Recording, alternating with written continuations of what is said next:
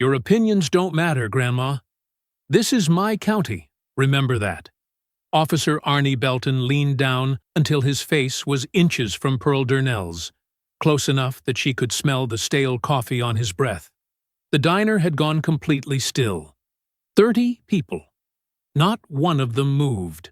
Pearl's hand pressed flat against his chest, firm, steady, and unshaken. Belton's laugh was slow and ugly. His fingers curled at his side. Outside in the parking lot, a car had been sitting for 4 minutes. The driver, Pearl's son, had traveled 14 hours. He had a card in his jacket pocket, and a smile meant for his mother. Arnie Belton had no idea that Smile was already gone. Before continuing, comment where in the world you are watching from and make sure to subscribe, because tomorrow's story is one you can't miss. The coffee at Mabel's diner was always perfect on Saturday mornings. Pearl Durnell had been coming here long enough to know that. 30 years of Saturdays, rain or shine, and she had never once sat anywhere other than table 4, the small round table by the front window, where the morning light came through at just the right angle and you could see the whole length of Auburn Street without even trying.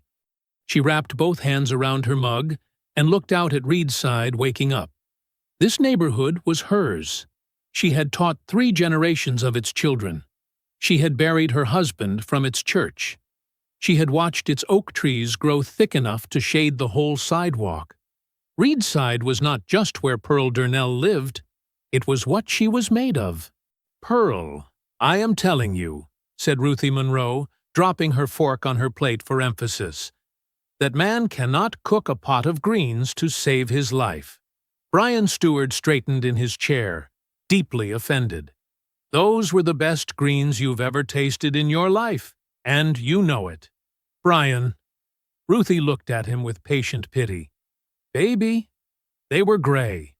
Pearl laughed, a full, real laugh that warmed the whole table. Ruthie and Brian had been doing this for 25 years, and it never got old. That was the thing about Table 4 on a Saturday morning. Nothing here was ever old. It was always exactly what it needed to be. Mabel's was full the way it always was this time of morning. The booths along the back wall were packed with families and regulars. The counter stools were all taken. Someone had the gospel station low on the radio behind the kitchen window. And the smell coming out of that kitchen, biscuits and butter and something with onions and heat, was the kind of smell that made you feel like the world was, at its core, going to be all right.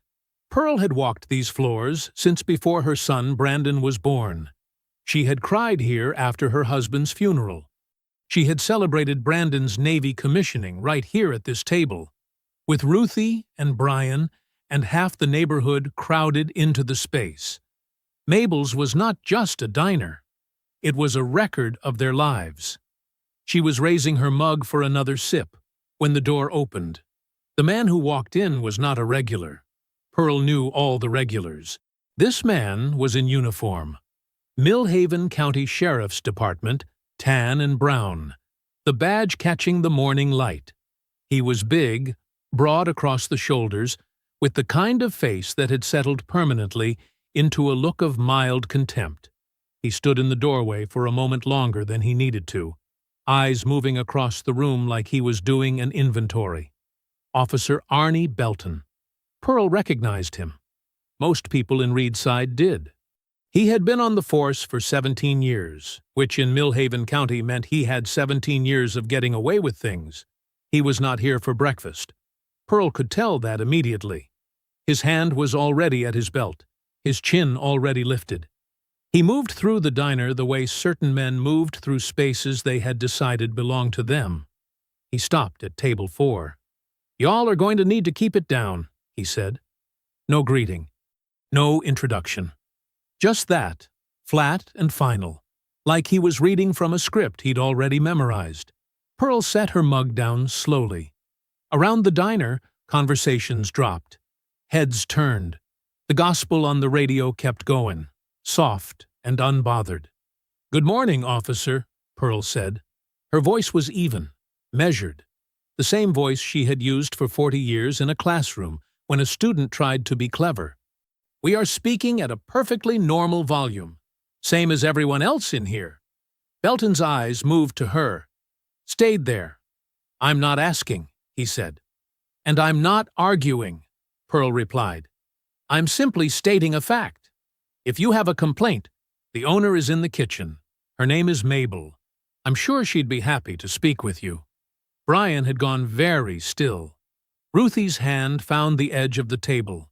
Belton didn't move, didn't look toward the kitchen, didn't acknowledge anything Pearl had said. He just stood there, looking down at her, and something in his expression shifted. The performance faded. What replaced it was quieter and much worse. His eyes told her everything. "I don't have to listen to you." Pearl held his gaze and did not look away. She had not looked away from a bully in 67 years, and she was not about to start now. Belton leaned down. He brought his face close to Pearl's, close enough that she could smell the stale coffee on his breath, and his voice dropped to something low and private, meant only for her table. "You people always got to make things difficult," he said. "Can't just follow a simple instruction. Always got to have an audience." His lip curled. "Sit there with your little coffee and your little opinions like any of it matters. You're in my county, Grandma. You do well to remember that." Ruthie made a sharp sound, a short, involuntary intake of breath, like she'd been struck. Brian Stewart pushed back his chair. "Now, just a minute. Sit down, old man." Belton didn't even look at him. His eyes stayed on Pearl. "I'm not talking to you." The diner had gone quiet. Not the comfortable quiet of a peaceful morning. A held-breath quiet. The kind that fills a room when something is about to go very wrong. The gospel on the radio kept playing, low and steady, completely unaware. Pearl did not move. She looked up at Arnie Belton with the same expression she had used on 30 years of children who thought they could rattle her. Calm. Absolute. Unbroken. She had been called worse things than what he had just implied. She had survived worse men than this one. And she was not, under any circumstances, going to give him the satisfaction of her fear. She stood up slowly. Not fast. Not dramatic. Just steady. The way she did everything. She rose from her chair until she was standing in front of him. She was 5'4", and he had nearly a foot on her, and none of that mattered at all. And she placed her hand flat against his chest. Not a push. Not a strike. A boundary. "Step back," she said. Belton looked down at her hand, then back at her face. Something moved behind his eyes. Surprise, maybe, that she hadn't crumbled. Then something uglier replaced it. He slapped her. Open palm. Full force. Across the left side of her face. The sound of it cracked through the diner like a gunshot. Pearl's head turned with the impact. Her hand dropped from his chest. For one terrible second, the whole room seemed to stop breathing. The families in the booths, the regulars at the counter, Mabel, who had appeared at the kitchen window at exactly the wrong moment, Ruthie, with both hands pressed to her mouth, Brian Stewart half out of his chair and frozen there. At the counter, a 16-year-old named Maya had been holding her phone up for the last 30 seconds.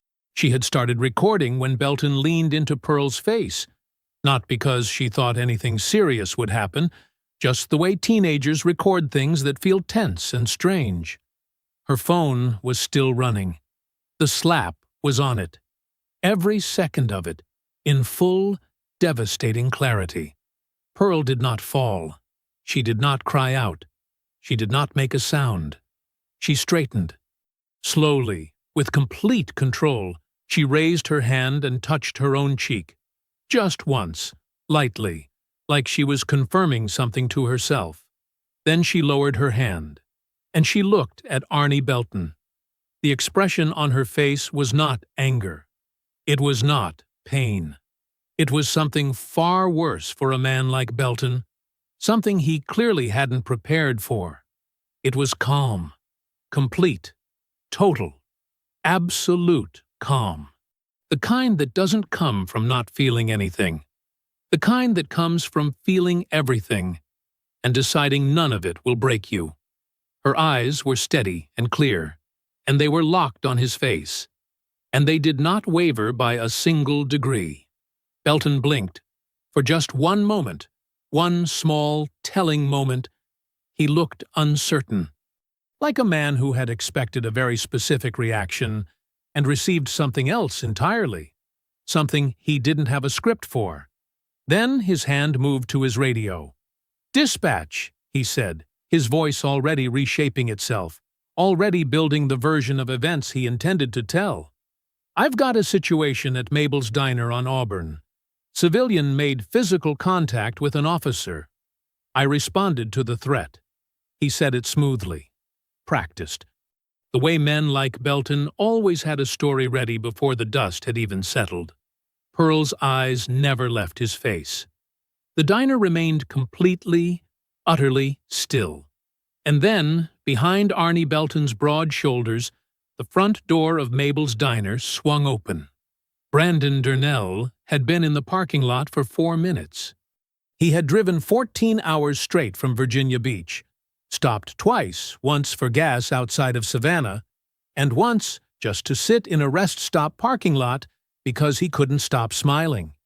He needed to compose himself before he walked in. He had a card in his jacket pocket. He had been rehearsing what he was going to say for the last 100 miles. Something like, "Surprise, Mama. I'm home." Simple. He had never been good at big, dramatic gestures. His mother always said she could read him like a first-grade textbook anyway. He had sat in his car for 4 minutes, watching the morning light on Auburn Street, thinking about how much he had missed this neighborhood. 8 months since he had last seen her, and he had missed her every single day, the way you miss something that is the actual foundation of you. He got out of the car, straightened his jacket, and walked to the front door. He pushed it open. He understood everything in under 2 seconds. He had been trained to read a room. Threat assessment, they called it in the Navy. But it was really just learning to see everything at once and process it before most people had finished blinking. He saw the frozen families in the booths. He saw Brian Stewart half out of his chair. He saw Ruthie's hands pressed to her face. He saw the big man in the sheriff's uniform with his hand on his radio. And he saw his mother, the redness on her left cheek, the careful, deliberate way she was holding herself upright, the hand she had just lowered from her own face. Brandon didn't need anyone to tell him what had happened. The card in his pocket ceased to exist. Every thought in his head cleared out completely, the way a room empties before a storm. And what was left was very simple and very quiet. He crossed the diner. Belton heard the footsteps and spun around. He got his first look at Brandon. 6 feet of quiet, controlled, absolute stillness. And his hand dropped instinctively to his belt. "Back up," Belton said. "Right now. That woman is my mother." Brandon's voice was low and even. He didn't raise his hands.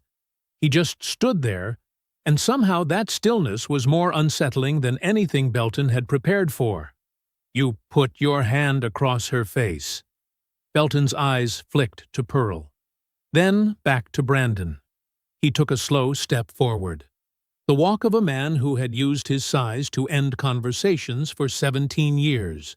"I don't know who you think you are," Belton said, "but you need to turn yourself around, walk back out that door, and let me do my job before I make your morning a whole lot worse." "Step away from her," Brandon said. Simple. Final. Belton stared at him, his chin lifted. 2 feet of space between them now. "Are we understanding each other, boy?" The word landed in the diner like something thrown. Ruthie closed her eyes. Brian Stewart's hand curled into a fist on the tabletop. Mabel appeared at the kitchen window and went completely still. Brandon didn't flinch, didn't blink. He had been called worse things in worse places by worse men. "Step away from her," he said again. Belton couldn't tolerate it. 17 years of unchecked authority had rewired something fundamental in him. And this, a man who simply would not move, would not blink, would not give him anything, was more than he could process.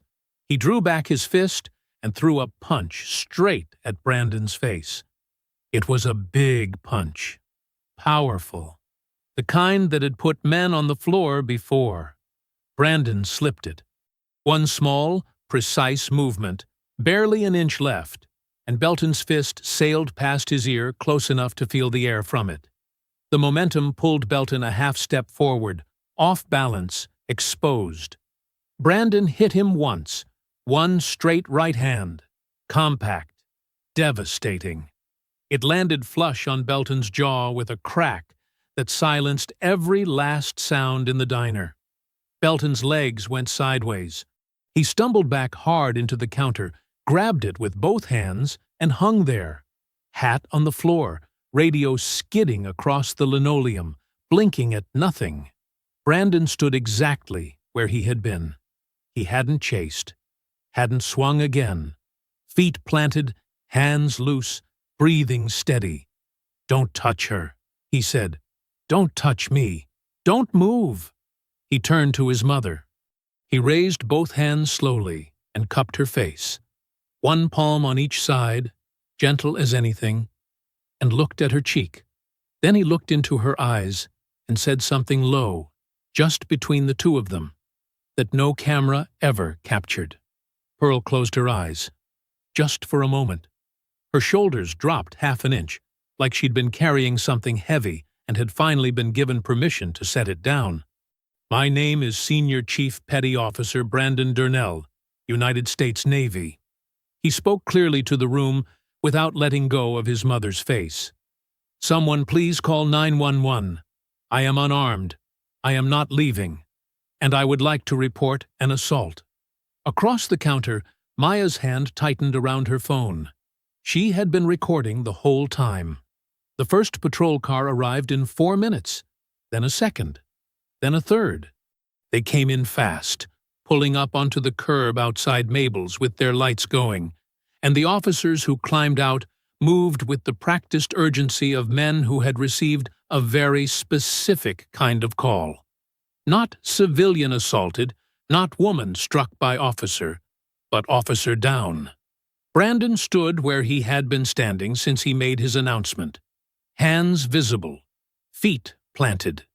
Pearl beside him, her chin up, her hand resting lightly on the back of a chair. The officers came through the door and went straight to Belton. Nobody looked at Pearl's cheek. Nobody asked her what happened. Chris Harvin arrived 7 minutes after the first patrol car. He was 58 years old, silver-haired, built like a man who had once been athletic and had since made peace with not being any more. He wore his uniform like it was a business suit, perfectly pressed, completely comfortable. And he walked into Mabel's diner the way he walked into every room in Millhaven County, like it already belonged to him. He passed Pearl Durnell without a glance. Didn't look at her face. Didn't slow down. Didn't acknowledge that she was standing there with a handprint still visible on her left cheek. He walked past her the way you walk past furniture, and went straight to Belton, who was sitting on a counter stool with a cold pack someone had found pressed to his jaw.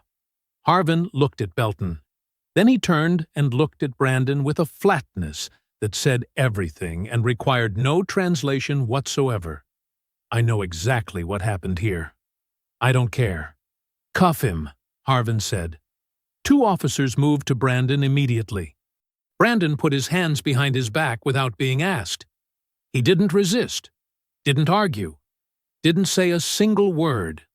He turned his head once, just once, to look at his mother. Pearl met his eyes and gave him one small, firm nod. I'm all right. Go. Outside, a local news camera had appeared. A reporter and a cameraman from Channel 4, who had been 2 blocks away covering a completely unrelated Saturday morning segment when the dispatch chatter started. Harvin stepped out in front of them, while Brandon was still being processed inside. Officer Belton responded this morning to a complaint at this establishment, Harvin said, his voice calm and official and smooth as polished wood. He was conducting routine business when he was physically assaulted by a civilian. Our department takes the safety of its officers with the utmost seriousness. A full internal review will be conducted. A brief pause. We appreciate the community's patience. He said it all without blinking, without hesitation, like he had written the statement in his head on the drive over. Inside, Jenny Dale was pushing through the diner door. Pearl had called her before the second patrol car even arrived. One short call, 3 words. Mabel's. Come now. Jenny had her camera around her neck and a notebook in her hand before she was out of her car. She moved through the diner quickly, photographing everything. Belton on the stool. The officers surrounding Brandon. Pearl's face. She made sure to get Pearl's face, the cheek, the angle of the light. Everything sharp and documented and undeniable. She filed Pearl's assault complaint on the spot, wrote it out by hand, signed as a witness, pressed it into the hands of the youngest officer in the room. He took it, looked at Harvin's back through the window. By the following morning, that complaint would be stamped under review pending investigation and placed in a drawer where it would not move again unless someone with more authority than Millhaven County forced it to. Brandon was walked out through the diner in handcuffs. He held his head straight and his shoulders square, and he looked at no one except his mother as he passed her table. He asked one thing from the officer at his right elbow, one request in the same level voice he had used since he walked through the door. I need to make a phone call. At the precinct, they processed him efficiently, photographed him, fingerprinted him, logged his belongings, wallet, keys, the card he had bought for his mother, still in his jacket pocket, unsent. He sat in the booking room and waited. And when they finally handed him a phone, he dialed from memory. Commander David Monroe picked up on the second ring.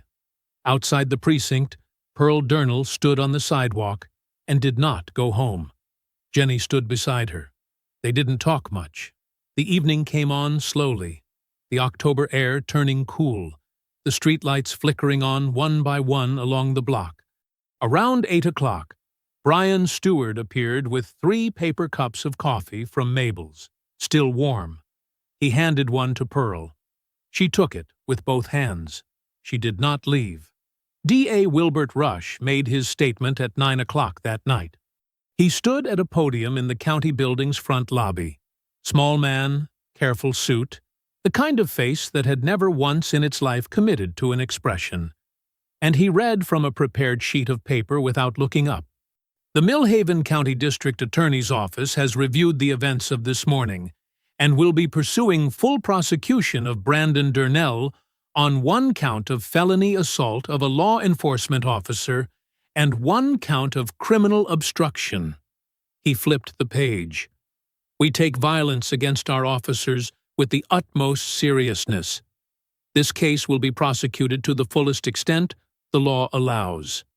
He did not mention Pearl. He did not mention the slap. He folded his paper, nodded at no one, and walked back through the lobby doors. No questions. No room for them. Outside the precinct, Pearl heard it through Jenny's phone. She stood very still while it played, her cup of coffee from Brian held in both hands, and she listened to every word Wilbert Rush said. When it was done, she handed the phone back to Jenny without comment. 7 years. That was what full prosecution meant. 7 years, and Brandon's pension gone, his military record gutted, 18 years of service reduced to nothing. She did not cry. She drank her coffee. By 10 o'clock, Jenny had finally convinced her to go home. Pearl did not argue. Not because she was ready to leave, but because she understood that standing on a sidewalk in the dark was not a strategy. And Pearl Durnell had always known the difference between grief and surrender.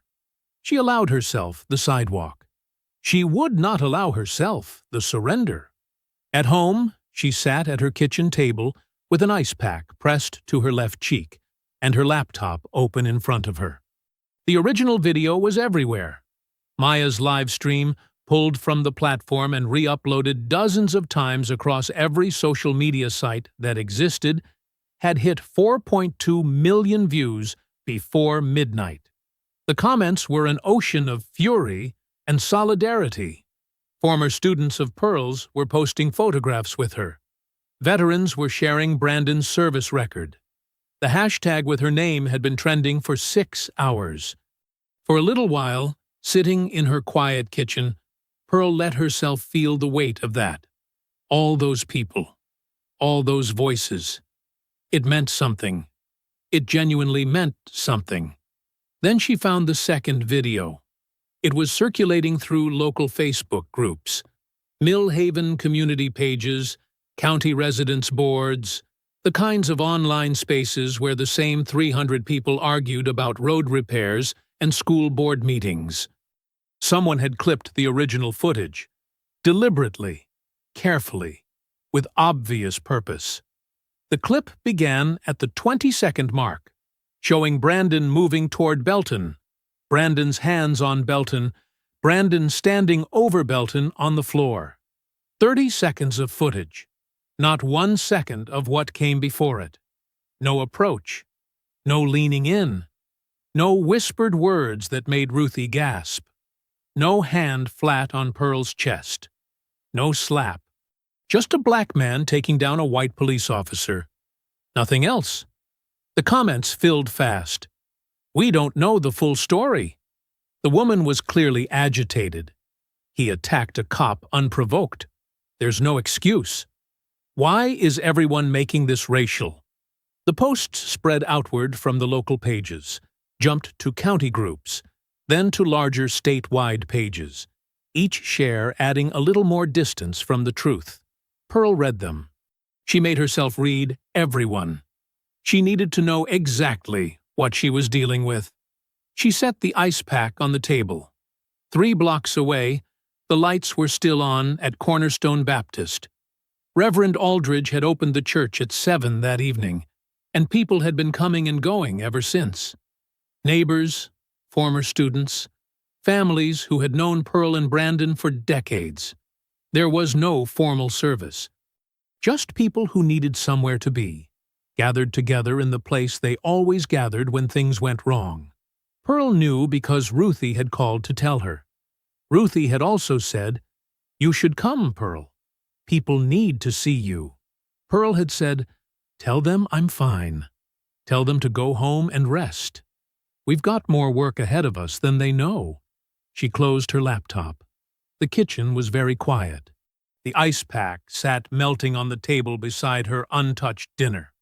Outside, Mill Haven was still, the ordinary, indifferent stillness of a town that had gone to sleep while her son sat in a cell 8 blocks away. For the first time in a very long time, Pearl Durnell was afraid. Not of Arnie Belton, not of Chris Harvin, not of Wilbert Rush and his prepared statements and his careful suits. She was afraid of the edited video. She was afraid of the 300 people in the comment sections who had already decided what they believed. She was afraid of how quickly a lie could travel when the truth was inconvenient for the people with the power to carry it. She sat with that fear for exactly 5 minutes. Then she picked up her phone and called Jenny. Sunday morning came gray and cold. Pearl was up before the sun. She had slept maybe 3 hours, not from despair, but from the particular restlessness of a mind that refused to stop working. She made coffee, sat at her kitchen table, and started making calls at 7 o'clock. The first attorney she reached listened politely until she said the name Chris Harvin. Then he said he had a conflict of interest and wished her well. The second didn't bother with politeness. He simply said the case wasn't a good fit for his practice and ended the call in under a minute. The third listened longer. He asked thoughtful questions. He seemed genuinely troubled by what she described. Then he said, $30,000. Retainer. Due before he filed a single piece of paper. Pearl thanked him and hung up. She sat with the phone in her hand for a long moment. $30,000. She had her teacher's pension, her savings, the small amount her husband had left behind. She could pull together maybe $8,000 without touching the emergency fund she kept for exactly the kind of emergency that might still be coming. She wrote the number down on a piece of paper, folded it, and set it aside. Not as a defeat, as information.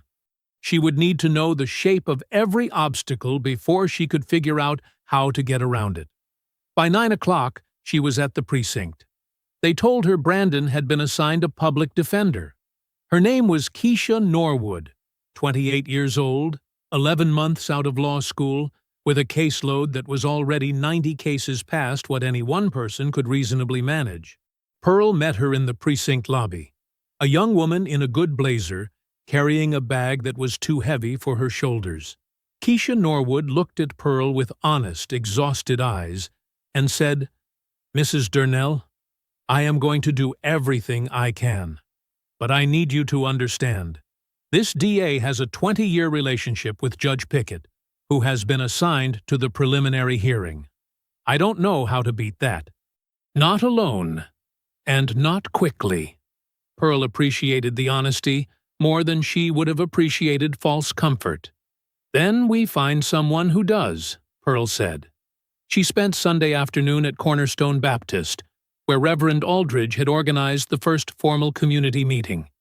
The pews were packed, 300 people or more, shoulder to shoulder, the kind of turnout that only happened when something had struck the neighborhood in a place it could not ignore. Aldridge had the floor, steady and measured, directing people toward constructive action. A petition, legal defense fundraising, a coordinated media presence. By Sunday evening, the petition had 4,000 signatures. By Monday morning, it had 12,000. Monday afternoon, a delegation of 15 people, led by Reverend Aldridge, with Pearl standing quietly at his shoulder, carried printed copies of the petition to the county commissioner's office and delivered them to the receptionist, who accepted them with a practiced smile and said the commissioners would review everything in due course. The commissioners met Tuesday morning and tabled the petition without discussion. The meeting lasted 11 minutes. Tuesday morning, Belton returned to the sheriff's department. Desk duty, officially. That was what Harvin's office told the two reporters who called to ask. But at noon on Tuesday, Jenny was driving past the Millhaven Golf and Country Club when she saw Harvin's department vehicle in the parking lot. She pulled over. She waited. 40 minutes later, Harvin and Belton walked out of the clubhouse together. Belton in civilian clothes, both of them with the easy, unhurried movement of men who had just eaten a good lunch and had no pressing concerns about anything. Jenny photographed them from her car. That evening she posted it to the Millhaven Courier's online page with a single caption, "Arnie Belton, currently on desk duty following Saturday's incident, photographed Tuesday afternoon at the Millhaven Golf and Country Club." The post was shared 900 times before midnight. Pearl read it at her kitchen table. The same chair, the same cold coffee. She had been coming home to this table every evening now, like it was a command post. Ruthie had brought food twice. Both times Pearl had eaten without tasting it, already thinking about the next morning. She understood something clearly that most people in the comment sections were still catching up to. The petition didn't matter. The posts didn't matter. The 900 shares didn't matter. Harvin had a judge. Harvin had a DA. Harvin had 17 years of machinery that had been built specifically to handle situations like this one, to absorb public outrage, process it slowly, and spit out nothing. Outrage without leverage was just noise. Pearl needed leverage. She picked up her phone and called Jenny. Wednesday morning, the courthouse steps were full. More people than Tuesday. More than Monday. They stretched down the front steps and along the sidewalk in both directions. Cornerstone Baptist members in their Sunday coats, young people with handwritten signs, older men and women who had been in Reedside longer than the courthouse itself had been standing. Reverend Aldridge was at the front, steady and dignified, keeping things peaceful and purposeful. By 9 o'clock, Harvin had deployed 6 additional deputies to the area. He called it public safety management. He said so in a statement released through the department's communications office. Brief, bureaucratic, designed to sound reasonable to anyone who wasn't paying close enough attention to what it actually meant. What it meant was this: keep moving, keep watching, and wait for someone to make a mistake. They didn't have to wait long. At 10:15, 2 young men crossing Broad Street at the corner nearest the courthouse were stopped by 2 deputies. The crossing signal had just turned. Both men had 1 foot off the curb when the officers reached them. Their names were taken, their IDs checked. They were cited for jaywalking and issued notices to appear. One of them was 22. The other was Deshaun Carter, 19 years old, Pearl's former student, the young man who had stayed after class 3 times a week in 9th grade because he was struggling with reading comprehension and too proud to ask for help during school hours. Pearl had never told anyone about those sessions. Neither had Deshaun. The arrests, because that's what they were, regardless of what the citation forms called them, spread through the protest crowd within minutes. Not panic. Something colder. The particular, bone-deep exhaustion of a community that had seen this exact move before and knew precisely what it meant. This is what happens when you make noise. We can touch anyone we want. Pearl heard about Deshaun before noon. Ruthie called her, then Reverend Aldridge, then Deshaun's mother Sandra called herself. Voice tight and controlled, the way women in Reedside had learned to be tight and controlled when they were actually terrified. Pearl was at Sandra Carter's house by 1 o'clock. She sat at Sandra's kitchen table, a smaller, dimmer version of her own, and drank the coffee Sandra made because making coffee was something useful to do with shaking hands. Deshaun sat across from them, citation on the table in front of him, jaw set and eyes hard with a particular kind of anger that Pearl recognized immediately. She had seen it in Brandon's eyes once, years ago. She had worked very hard back then to make sure that anger found the right channel. "You did nothing wrong," Pearl told him, clearly, directly. "And this is not the end of the story." Deshaun looked at the citation. "Feels like they can just do whatever they want." "They've felt that way for a long time," Pearl said. "That's different from it being true." She stayed for an hour. On the drive home, she passed Mabel's diner, the window still intact, the door propped open, the smell of the kitchen drifting out onto Auburn Street, and felt something steady and certain move through her chest. Not this. Not while I'm breathing. By 5 o'clock, the calls started coming into Mabel's.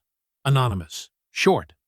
The voice on the first call said, "Tell Pearl Durnell to go home and stay there." The second call said nothing at all. Just breathing, then a hang-up. Mabel documented each one in her order notebook, writing down the time and what was said, in the same handwriting she used for the lunch specials. At 7:15, the brick came through the front window of the Millhaven Courier. It hit the display case just inside the entrance, bounced off the glass counter, and came to rest against the far wall.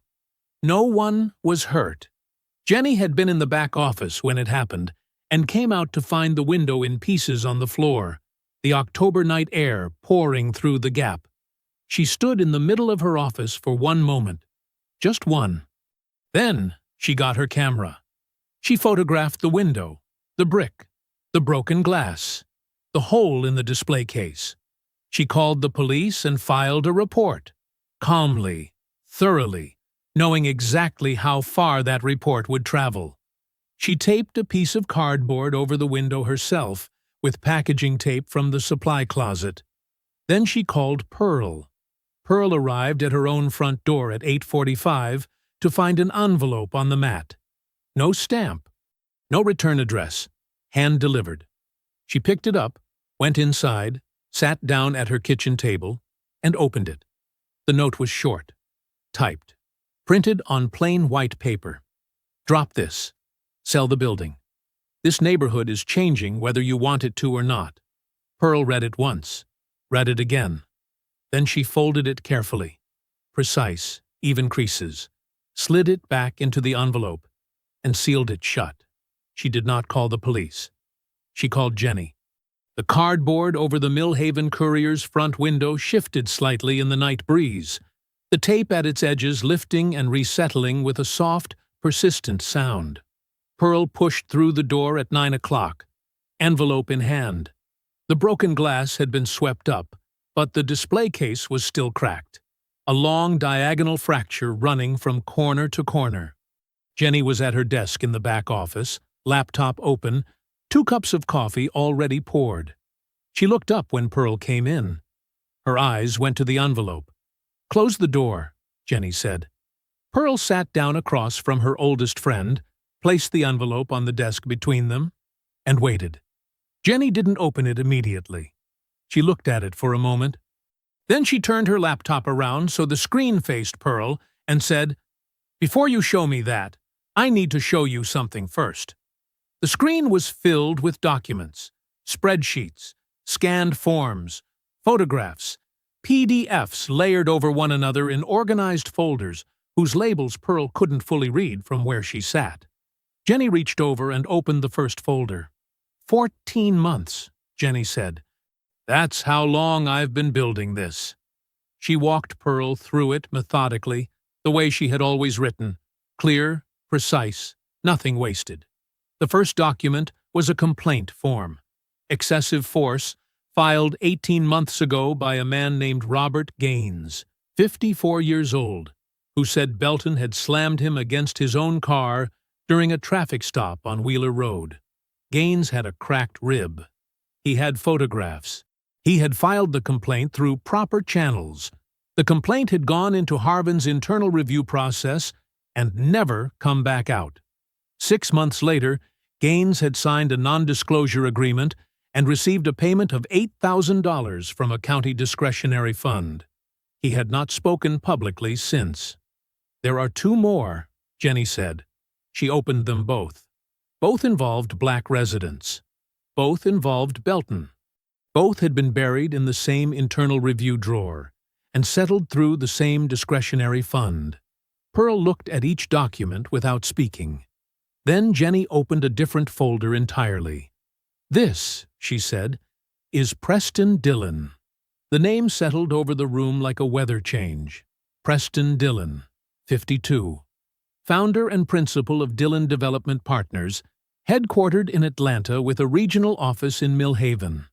In the last 3 years, his firm had acquired 14 properties in and around Reedside, mostly through what looked like willing sales.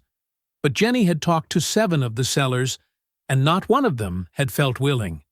They had felt exhausted, ground down by months of noise complaints, health code citations, sudden zoning questions, parking enforcement that targeted their customers and nobody else. Jenny had traced every single one of those complaints back to the same source. Dillon's property management firm had filed them. Every one. "He has county approval for a $47 million development," Jenny said. She pulled up the Planning Commission documents. "Luxury condominiums, mixed-use retail, 312 units." She pointed to the site map on the screen. "Right here. Auburn and 5th. Pearl looked at the map for a long moment. Auburn and 5th. The corner where Mabel's had stood since 1967. The corner where Pearl's church held its annual block party every June. The corner that was, as far as Pearl Durnell was concerned, the actual center of the world. Belton isn't just a bad cop, Jenny said quietly. He's Dillon's enforcement. And Harvin isn't just corrupt, he's the reason none of it is on record. She paused. The discretionary fund that paid off Belton's victims? Partially backed through a non-profit shell company that Dillon's firm funds. Pearl was quiet for a long moment. The cardboard on the window shifted again in the breeze. "How long have you had this?" she asked. "Long enough to know I couldn't print it alone." Jenny closed the laptop halfway. "A county newspaper printing this without federal backing. Dillon's attorneys would bury us before the ink dried. I needed someone with more reach." She folded her hands on the desk. 11 months ago, I made contact with a federal civil rights investigator. Her name is Agent Simone Barker. She's been building a parallel case. She has her own documentation, her own sources. Jenny looked directly at Pearl. What she's been missing is something visible. Something documented and undeniable and already on every screen in the country. A pause. "What happened to you and Brandon on Saturday?" That's the piece she's been waiting for. Pearl picked up the envelope from the desk and set it open in front of Jenny. Jenny read the note without touching it. The two women sat in the boarded-up office in the quiet of Wednesday night. Outside, Millhaven was dark and still. "Brandon is in a cell right now," Pearl said. Jenny looked up. "I know." She reached over and gently closed the laptop. "That's why we move faster than I planned." Friday morning, 1 week after the incident. Pearl was at her kitchen table when the cars pulled into Millhaven. She didn't see them arrive. Jenny called her at 9:45 and said, "Turn on your television." Pearl turned it on and saw the Channel 4 news van parked outside the county courthouse, and 3 dark sedans she didn't recognize lined up along the curb behind it. She was out the door in 4 minutes. Almond Clover was standing on the courthouse steps when Pearl arrived. He was 55 years old, medium height, with close-cropped silver at his temples, and the kind of stillness about him that came from spending decades in rooms where everything depended on not showing your hand too early. He wore a dark suit, no tie, and he was talking on his phone when Pearl walked up. He ended the call when he saw her. "Mrs. Durnell," he said. He extended his hand. "Almond Clover." "I know who you are," Pearl said. "Why are you here?" "Because I was sent a video at 2 in the morning," he said, "and I couldn't sleep after I watched it." He said it simply, without performance. "And because 12 Navy SEALs apparently have my personal email address, which I admit surprised me." Pearl almost smiled. Clover had been former DOJ, a civil rights division attorney for 11 years before going private. He had argued cases that changed things, real things, permanent things. Pearl had looked him up on her phone during the 4-minute drive over. He got to work before noon. The first motion Clover filed was for immediate dismissal on procedural grounds. A tight, precise argument built around the department's failure to properly document Pearl's assault complaint and the conflict of interest issues surrounding Judge Pickett's assignment to the case. The second motion went directly to the Northern District of Georgia's federal court, a request for oversight review, citing potential civil rights violations under federal statute. The judge who received it was the Honorable Margaret Kyler. She granted the review by 2 o'clock. The state charges didn't disappear, but they froze, suspended in place while the federal review process assessed jurisdiction. And with that freeze came something that mattered more than any legal technicality. Brandon walked out of Millhaven County Jail at 4:47 in the afternoon. Pearl was on the steps. She had been there since 3 o'clock, standing with Jenny and Brian Stewart and Ruthie, who had brought a coat for Brandon because Ruthie was constitutionally incapable of anticipating anyone's release from anything without bringing a coat. The October afternoon had turned cold and clear, the kind of sky that looked like it had been scrubbed clean. When the door opened and Brandon came through it, Pearl did not run. She walked, steady and unhurried, the way she did everything.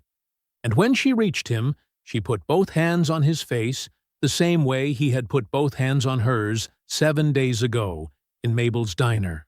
She looked at him for a long moment without saying anything. He covered her hands with his. That was enough. The reunion lasted the length of the courthouse steps. By the time they reached the bottom, Clover was already on his phone again, and Jenny was photographing everything.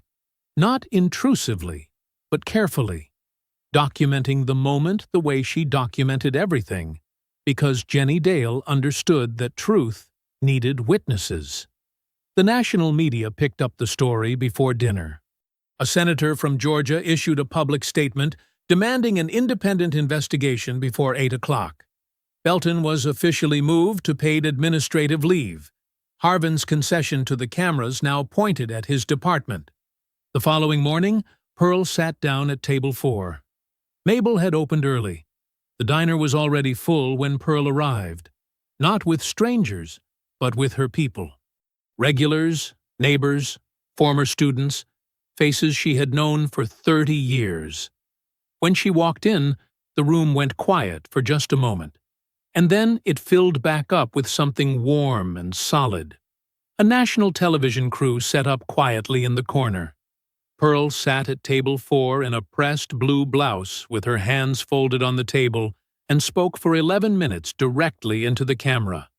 Her voice was completely steady. Her eyes were clear. The mark on her cheek had faded but had not disappeared entirely, and she did not angle away from the light. "I have been in this community for 50 years, she said. "I taught your children and your children's children. I have buried my husband from this neighborhood's church. I have sat at this table every Saturday morning for 30 years. She paused. "I will not be moved." The interview aired on 4 national networks by evening. For the first time in 8 days, it felt like the tide had turned. Pearl let herself feel that for exactly 1 night. 3 days after Brandon's release, early Sunday morning. Pearl was making breakfast when her phone rang. Jenny. 7:42 a.m., which meant it wasn't good news, because Jenny only called before 8 when something had gone wrong. "The DA filed an amended complaint last night," Jenny said. "They have a witness." Pearl turned off the stove. "Who?" "Man named Gary Sims, 44 years old. Claims he was at Mabel's that Saturday morning." Jenny's voice was tight and controlled. "He's saying you stumbled and fell into Belton. He's saying Brandon attacked Belton before Belton could help you." Pearl stood very still in her kitchen. "He wasn't there," she said. "I know that. You know that. He's not in a single frame of Maya's footage." A pause. "Doesn't matter." He signed a statement. D.A. Rush filed it yesterday evening. Judge Pickett accepted it this morning and scheduled the preliminary hearing for Wednesday. Clover requested a continuance. Pickett denied it. Pearl set her phone on the counter and looked out the kitchen window at the quiet Sunday street. The oak tree in the front yard had started dropping its leaves. She watched one fall. "Call Clover," she said. "I'll be ready." She was ready. But the day was not finished with her yet. By noon, Almond Clover received a formal bar complaint, filed by an Atlanta attorney named Wilbert Marsh, who had represented Dillon Development Partners in 3 separate county zoning cases over the past 4 years. The complaint alleged procedural misconduct in a case Clover had argued in 2021. It was thin. It was transparently retaliatory. It was also, under Bar Association rules, something that required Clover's immediate attention and response, which meant 48 hours of Clover sitting with his malpractice attorney instead of sitting with Brandon's case. Clover called Pearl to tell her himself. "It's a delay tactic," he said. "It will be dismissed. I need you to hold steady for 48 hours. "I've been holding steady for 10 days, Pearl said. 48 hours is nothing. But the day kept going. At 2 o'clock, Clover received word from Judge Kyler's clerk that the federal review had been temporarily suspended. A routine background check had surfaced a minor financial connection. A new clerk's father's accounting firm had processed a single invoice for Dillon Development Partners 2 years prior. The connection was tangential and almost certainly coincidental. It was also, under federal conflict of interest guidelines, sufficient grounds for a formal challenge that pushed Kyler's review back by 2 weeks minimum. 2 weeks. With the preliminary hearing on Wednesday, Jenny called an hour later. Dillon's attorneys had sent formal cease and desist letters to the Millhaven Courier and 3 other outlets that had been running coverage of her Reedside investigation. The letters were aggressive, citing defamation, demanding retraction of published material, threatening immediate legal action. Jenny's voice was steady when she read the key sections aloud to Pearl, but Pearl could hear the weight behind it. Then Thursday came. Harvin stood at a podium outside the sheriff's department at 2 in the afternoon. He had a laptop connected to a projector screen behind him. He pulled up dash camera footage from Belton's patrol vehicle, angled from the parking lot, showing nothing of what happened inside the diner, showing everything of what happened outside it. Brandon's car pulling in 14 minutes before the incident. Brandon sitting in the car. Brandon getting out, straightening his jacket, walking to the door with a purpose that, cut from its context, stripped of the card in his pocket, and the 14-hour drive, and the smile he had been rehearsing, could be made to look like something it was not. "We have questions," Harvin said carefully, "about the timeline of events and the intentions of the individual involved." He did not use the word premeditation. He didn't need to. The cameras did the rest. The comment sections shifted by Friday morning. 3 national outlets reassigned their reporters. The senator's office stopped returning Clover's calls. By Saturday night, 12 days since it all began, Brandon was sitting at Pearl's kitchen table at 2 in the morning. He hadn't slept properly in nearly 2 weeks. The preliminary hearing was 4 days away. Clover was temporarily sidelined. The federal review was frozen. A paid witness was about to take a stand. His entire military career, 18 years, every deployment, every commendation, was sitting on a clock that was running down. Pearl sat across from him. She reached over and put her hand on top of his. "They are very good," she said quietly, "at making people feel like they've already lost." She let that sit for a moment. "They're not as good at actually winning." Brandon looked at her. "What do you know that I don't?" Pearl was quiet for just a moment. Then, "Call David Monroe. Tonight." The kitchen clock read 2:15. Brandon picked up his phone and dialed from memory. It rang once, twice. Then, "Brandon." Commander David Monroe's voice was alert, unhurried. The voice of a man who had spent 20 years training himself to be fully present within 2 seconds of waking up. "I've been waiting for this call." Brandon straightened slightly in his chair. "What do you mean?" "I mean I've been sitting on something since day 1, David said, "and I needed you to be in the right place before I told you about it." A pause. "Are you in the right place?" Pearl watched her son's face across the table. "Tell me," Brandon said. David Monroe had spent 6 years as an IT security specialist before his naval commission. Most people who knew him now, who knew him as the calm, exacting officer who had commanded Brandon's team through 3 deployments, didn't know that part. It wasn't something David advertised. It was, however, something he had put to very specific use on the morning Brandon called from the county jail. "When you called me from booking," David said, "I did 2 things. The first thing you know about, I started making calls, getting the footage out, finding Clover. The second thing I did before any of that, before I even called the first teammate, was file a formal complaint with the Department of Defense Inspector General." Brandon was very still. "On what grounds?" "Potential civil rights violations involving active military personnel by local law enforcement," David said. The complaint triggered a mandatory federal evidence preservation request under the Stored Communications Act. It required the Millhaven County Sheriff's Department to preserve and produce all digital recordings related to the incident from that day. Every camera, every device, every upload. A pause.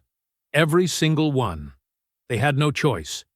The request was filed through proper federal channels, and it was airtight. Pearl watched Brandon absorb this. She saw the moment it landed. "Belton's body camera," Brandon said. "Belton's body camera," David confirmed. His department-issued smartphone was synced to the Sheriff's Department Cloud Evidence Management System. Standard practice for that department. Automatic upload every 90 seconds. Belton switched his camera on when he entered the diner. Standard protocol. Officers are required to activate body cameras before entering a potential confrontation. It ran for 93 seconds before he manually shut it off. David's voice was completely even. "He thought he turned it off before he reached your mother's table. He was 7 seconds too late." The kitchen was absolutely silent. "The upload happened automatically," David continued. 93 seconds of footage sitting in the county's evidence server. Harvin didn't know the DOD request had frozen it in place. Nobody touched it. Nobody deleted it. It has been sitting there since that Saturday morning, fully preserved and legally untouchable. Brandon pressed his fist flat against the table. Just once. Then he uncurled his hand. "What's on it?" he asked, though he already knew. "Everything," David said. "The approach, your mother's response, what Belton said to her. It's audible, Brandon." The microphone picked it up clearly, her hand on his chest, the slap. A pause. All of it. Pearl set down her coffee cup. She set it down very slowly, very carefully, and then she kept her hands wrapped around it because she needed something to hold on to. Not from weakness. From the particular, almost overwhelming feeling of something that had been very wrong beginning, just beginning, to tip toward right. "Does Clover know?" Brandon asked. "He will in about 4 minutes," David said. "I wanted you to hear it first." Brandon looked at his mother across the table. Pearl looked back at him. Her eyes were bright and clear and completely dry. She exhaled.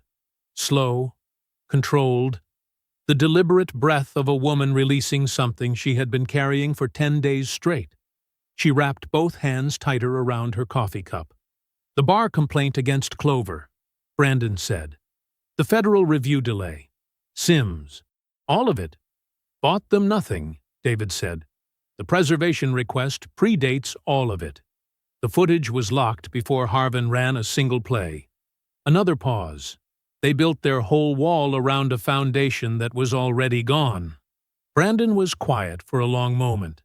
Then he said, "David." "Yeah, thank you." David Monroe said, "Bring her home safe, Brandon. That's all the thanks I need." The call ended. Brandon set the phone on the table. He looked at his mother. Really looked at her, the way he had looked at her across that diner floor 10 days ago. The same steadiness in her eyes that had been there every day of his life. Pearl almost smiled. "Well," she said quietly, "go ahead and call Clover." Pearl was up at 5:30. She made coffee, sat at the kitchen table, and watched the street outside lighten from black to gray to the pale, thin blue of an early Monday morning. Brandon was still asleep upstairs. She had heard him go up just before 3, after he and Clover had been on the phone for nearly 40 minutes. She had sat at the table the whole time, listening to the low sound of her son's voice through the ceiling, the measured back and forth of two men planning something careful and exact. She had finally gone to bed at 4. She didn't sleep much, but she didn't need to. At 8:15, her phone buzzed on the table. Clover. She answered before the second ring. "The bar complaint was dismissed 40 minutes ago," he said. "I'm filing the evidence motion now." Almond Clover filed the emergency motion at 8:23 Monday morning. It was built entirely around David Monroe's DoD preservation request, a single airtight legal instrument that compelled the Millhaven County Sheriff's Department to produce all preserved digital recordings from the day of the incident. No interpretation required. No room for delay tactics or procedural maneuvering. The federal preservation order had been in place since day one. The footage existed. The law said, produce it. By 10 o'clock, the Sheriff's Department's county attorney had filed a response objecting on jurisdictional grounds. Judge Kyler overruled it in writing in under 20 minutes. The footage arrived at the federal courthouse at 1:45 that afternoon. Clover called Pearl at 2 o'clock. "It's here. We're viewing it now." Pearl sat down. The clip ran 93 seconds. It began with the visual of Mabel's interior from the chest-mounted angle of Belton's body camera. The booths, the counter, the families at their tables, the gospel playing low from the kitchen radio. Belton moving through the room, approaching table 4. The audio was clear. The camera's microphone was department-grade, designed for exactly this kind of documentation. Then Belton leaning down, his voice dropping. And the words he said to Pearl Durnell, the words that had only been known until this moment by the 4 people sitting at table 4, coming through the speakers of a federal courtroom with absolute, irrefutable clarity. Clover told Pearl later that Harvin's county attorney had requested a recess at the 42nd mark. He walked out of the building and did not come back. Clover spent the remainder of Monday afternoon in Judge Kyler's chambers, where the Federal Review, freed from its 2-week delay the moment the footage resolved every contested question of fact, resumed with full force. Kyler was thorough. She watched the clip twice. She asked Clover 2 questions. She made 3 notes on a legal pad and said she would have preliminary findings within 48 hours. Before he left the courthouse, Clover filed a second motion simultaneously, a formal public records request demanding the release of the body camera footage under Georgia's Open Records Act. The footage was government property, captured on a government device, preserved through a federal order. It belonged to the public record. The department had 72 hours to comply or contest. They did not contest. Clover forwarded the footage to Jenny Dale at 6:47 Monday evening with a single line, "It's yours. Use it well." Jenny already had her report open. She had been building it since the previous Tuesday. 14 months of documentation structured into a single, comprehensive, 12,000-word piece that connected every thread. Belton's buried complaints, the NDA payments, Harvin's protection mechanism, Dillon's development scheme, the Shell nonprofit, the systematic harassment of Reedside businesses. She had the documents. She had the sources. She had the paper trail laid out so clearly that a reader with no prior knowledge of any of it could follow it from the first paragraph to the last without losing the thread once. What she hadn't had until 6:47 Monday evening was the footage. Now she had everything. She worked through the night. Brandon called at 9 to check on Pearl, and Jenny told him, "Go to sleep. Both of you. You'll want to be rested for tomorrow." She said it with the quiet confidence of a woman who knew exactly what tomorrow was going to look like. At 11:47 Tuesday night, Jenny sat back in her chair and read the final paragraph of the piece one last time. Then she called Pearl. "It publishes tomorrow morning," she said. Pearl was already in bed, but not asleep. She had been lying in the dark, listening to the quiet of the house, Brandon breathing down the hall, the oak tree moving outside her window. "Every word?" Pearl said. "Every word," Jenny said. Pearl closed her eyes. "Good night, Jenny," she said. "Good night, Pearl." Jenny Dale had not slept. She had been at her desk since Monday evening, when Almond Clover forwarded her the public records request he had been preparing for 6 days. the formal legal mechanism that compelled the sheriff's department to release Belton's body camera footage to the press under Georgia's open records law. The footage arrived in her inbox at 11:47 Tuesday night, attached to a 3-line email from Clover's paralegal. Jenny watched it once with the sound up. Then she sat in the quiet of her repaired front office. New glass in the window frame, the display case still cracked but cleaned up, and she allowed herself exactly 2 minutes to feel the full weight of what she was holding. The approach. Belton's voice dropping low. Pearl's hand flat on his chest. The slap. All of it. Clear and damning and irrefutable. Then she went back to work.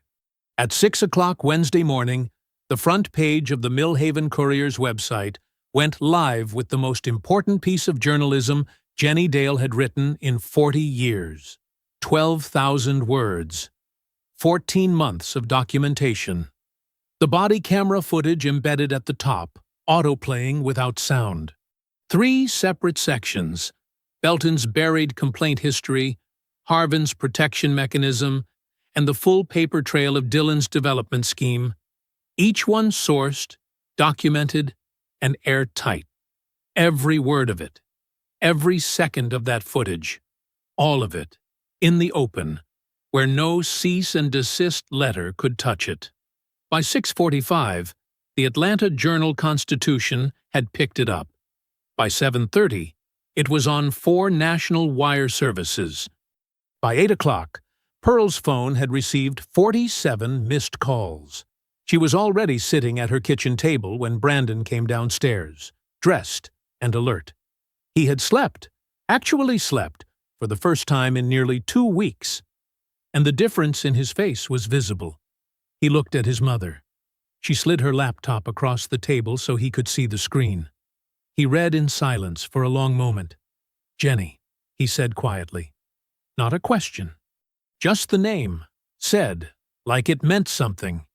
40 years she's been doing this, Pearl said. She was ready. The FBI field office in Atlanta was formally activated before 9 o'clock. Agent Simone Barker had been building toward this moment for 11 months. She had her own files, her own sources, her own documented case that had been waiting for exactly this convergence. Public evidence, federal record, and a story that the entire country was already watching. The Courier's publication gave her everything she needed to move. She moved fast. Federal investigators reached Gary Sims at his home at 10:15 Wednesday morning. They sat across from him at his kitchen table and placed in front of him a printed record of 17 phone calls, incoming and outgoing, between his personal cell phone and a number registered to Dylan Development Partners, all made in the 5 days between the incident at Mabel's and the moment he signed his witness statement. Sims looked at the phone records for a long time. Then he looked at the 2 federal agents across his table. He recanted his statement at 10:53. He signed a new declaration, witnessed, notarized, filed with the federal court before noon, stating that he had not been present at Mabel's diner on the morning in question, and that his original statement had been provided in exchange for a payment of $3,000, delivered in cash, by a man he knew as a contractor who had worked on a Dylan development site. By Thursday morning, D.A. Wilbert Rush's office was very quiet. His assistant called Almond Clover at 8:45. Rush himself came on the line 2 minutes later. He did not apologize. He did not explain.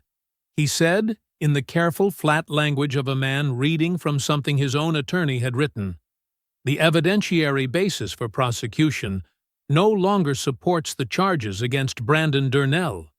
We will be filing a motion to dismiss today." Clover said, "I'll be reviewing the filing before you submit it." There was a pause. "Of course," Rush said. Clover called Brandon immediately. Brandon was standing in Pearl's kitchen when the call came through. Pearl was at the stove, her back to the room, stirring something she had been making since 6 o'clock that neither of them had eaten yet. Brandon listened, said very little.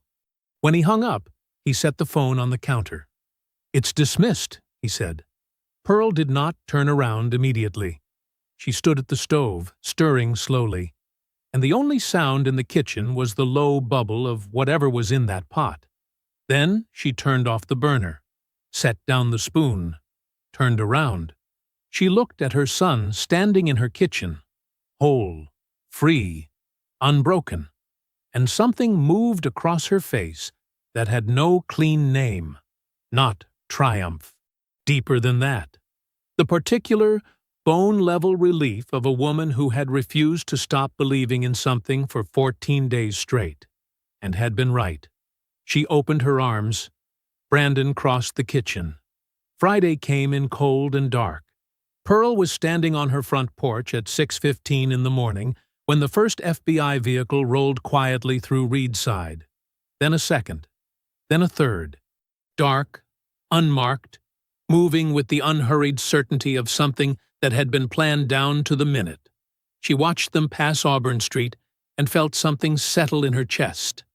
Heavy and clean, like the last piece of a very long equation finally resolving. Brandon appeared in the doorway behind her. He handed her a cup of coffee and stood beside her without speaking. They watched the street together in the early dark. By 8 o'clock, Pearl, Brandon, Jenny, and Brian Stewart were standing together on the sidewalk across from the Millhaven County Sheriff's Department. Jenny had her camera. Brian had brought a thermos of coffee nobody asked for, and everyone was grateful for. The morning was cold and bright, the kind of October day that made everything look sharp-edged and final. At 9:14, the FBI went in. 4 agents through the front door of the Sheriff's Department, moving the way people move when they have done something many times and feel no need to dramatize it. Pearl watched the door close behind them. The 4 of them stood on the sidewalk and waited. 8 minutes later, Arnie Belton came out. Full uniform. Badge still on. Hands cuffed in front of him. A detail that Pearl noticed and filed away. The particular irony of a man being walked out in the same kind of restraints he had used on her son 15 days ago. He moved with his chin down and his eyes on the pavement. 2 agents flanked him, 1 at each elbow. The lobby full of his colleagues stood completely still as he passed through it. Not one of them moved. Not one of them said a word. An Atlanta news crew was set up on the sidewalk. They caught everything. Civil rights deprivation under color of law. Evidence falsification. Conspiracy. The federal charges were read into the public record before Belton's transport vehicle had cleared the parking lot. Brian Stewart exhaled slowly beside Pearl. A long, low breath he seemed to have been holding for 15 days. Pearl said nothing. She watched until the vehicle turned the corner and disappeared. At 10:02, Agent Simone Barker knocked on Chris Harvin's front door.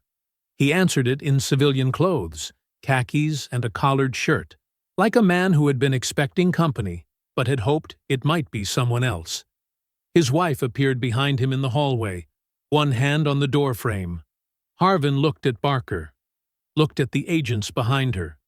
He said nothing. He simply turned around, and Pearl heard later from Jenny, who had a source inside the federal task force, that he never said a single word from that moment until he was processed and seated and formally charged. Civil rights conspiracy. Obstruction of justice. Wire fraud. The ceiling had become the floor. At 11:30, federal agents walked into the Atlanta high-rise offices of Dillon Development Partners and placed Preston Dillon under arrest at his own conference table in front of his own staff, in the middle of what had apparently been a routine project meeting. His firm received a federal asset freeze before lunch. The $47 million Reedside development project, the condominiums that were going to stand where Mabel's diner stood, where Pearl's church stood, where 3 generations of black families had built their lives, was dead before noon. At 2 o'clock, D.A. Wilbert Rush's resignation letter was emailed to the county commissioner's office. 3 sentences. No explanation. No apology. At 4:45, Judge Pickett issued a recusal notice from all pending county cases, citing the need for an independent judicial conduct review. He would not return to the bench. 5 men. One Friday. That evening, the 4 of them sat in Pearl's living room with the television on. The 6 o'clock news led with Belton's arrest. The footage of him being walked through the lobby playing on a loop. The Atlanta crew's clean shot of his face as he cleared the door. Then Harvin. Then Dillon. The anchor read the charges clearly and without editorializing, and the words filled Pearl's living room like something long overdue finally being spoken aloud. Brian Stewart shook his head slowly at the screen. Jenny had her notebook open on her knee, writing. Brandon sat forward with his elbows on his thighs and his hands folded, watching in silence. Pearl sat in her chair with her coffee cup in both hands. She did not say anything. She didn't need to. 6 weeks is not a long time. 6 weeks is not long enough to fully process what happened, or to stop waking up some mornings with the particular heaviness that settles into a person after they have been through something that tested everything they were made of. 6 weeks is not long enough to forget the sound of a cell door, or the sight of a handprint on your mother's face, or the 14 days when the whole weight of a corrupt system was stacked deliberately and methodically against everything you loved. But 6 weeks, Brandon had discovered, was long enough to begin. He pulled into Mabel's parking lot on a Saturday morning in November and sat in his car for a moment, not composing himself this time, not rehearsing anything, just sitting, watching the morning light on Auburn Street. The oak trees had lost most of their leaves, and the November sky was the pale, clean gray of a world that had been through something and was still standing. He got out of the car and went inside. The diner was full. Not crowded, full. The particular fullness of a place that is exactly what it is supposed to be, with exactly the people who are supposed to be in it. The booths along the back wall, the counter stools, the gospel on the radio behind the kitchen window, the smell of biscuits and butter and something with heat coming through from the back. Everything exactly where it had always been. The window that the brick had never touched, that had been Jenny's office, was Mabel's window, and it was intact. It had always been intact. Pearl had clarified that detail for the 3rd time last week when a reporter got it wrong again, with the particular patience of a woman who understood that the truth required regular maintenance. Ruthie Monroe was at table 4, already into her 2nd cup of coffee by the look of it. She saw Brandon come through the door and broke into a smile that took up her whole face. Brian Stewart was beside her. Brian Stewart, 74 years old, retired postal worker. A man who had been in love with Pearl Durnell since 1987 and had spent 37 years finding elaborate reasons not to say so. Brian Stewart had finally, in the weeks following everything, told Pearl exactly how he felt.